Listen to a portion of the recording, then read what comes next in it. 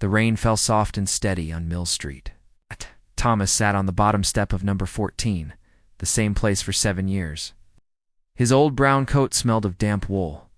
The tin cup between his boots caught only raindrops. People walked quickly past, heads down, umbrellas up. Some dropped a coin without looking. Most gave nothing.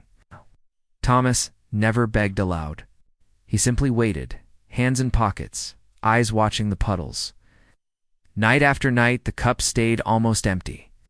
Night after night, he whispered to himself, "This is all there is."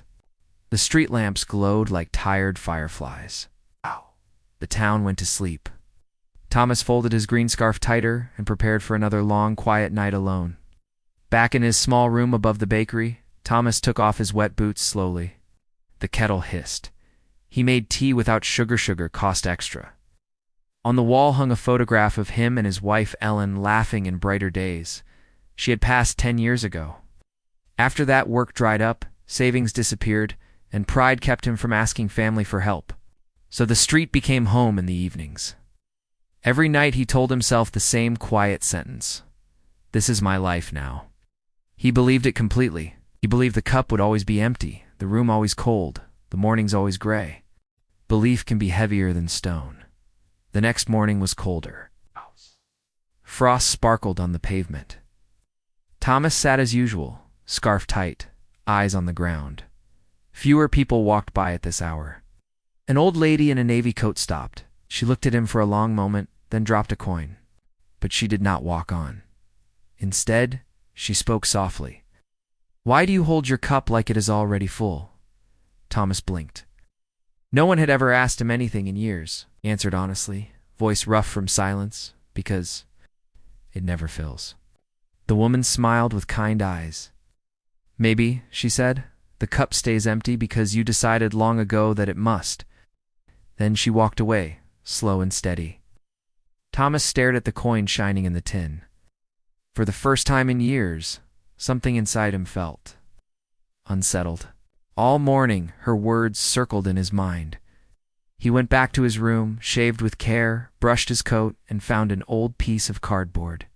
With a steady hand, he wrote the truth he had hidden for years. He still knew how to work. He walked back to Mill Street, but this time he did not sit. He stood tall, sign in hand. People noticed.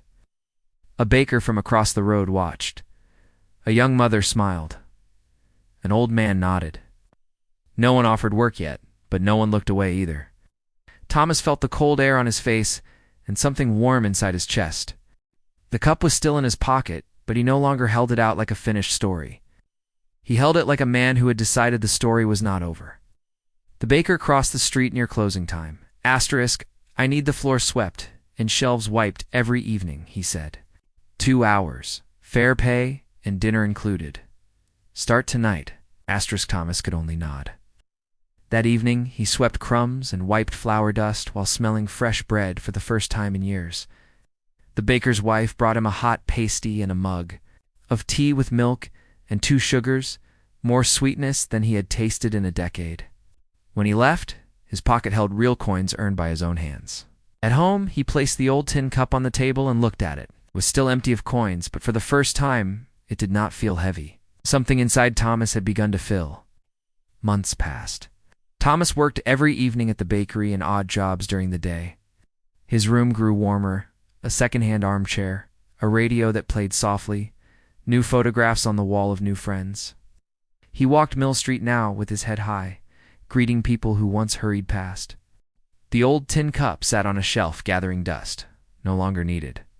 One spring evening, he stopped under the street lamp, where he once sat cold and hopeless. Cherry blossoms floated down like slow pink snow. Thomas smiled, eyes gentle and bright. He understood at last. The cup had never been empty of possibility. It only seemed empty because he had decided it was. When he changed his mind, his life quietly, beautifully changed too. And the world all along had been waiting.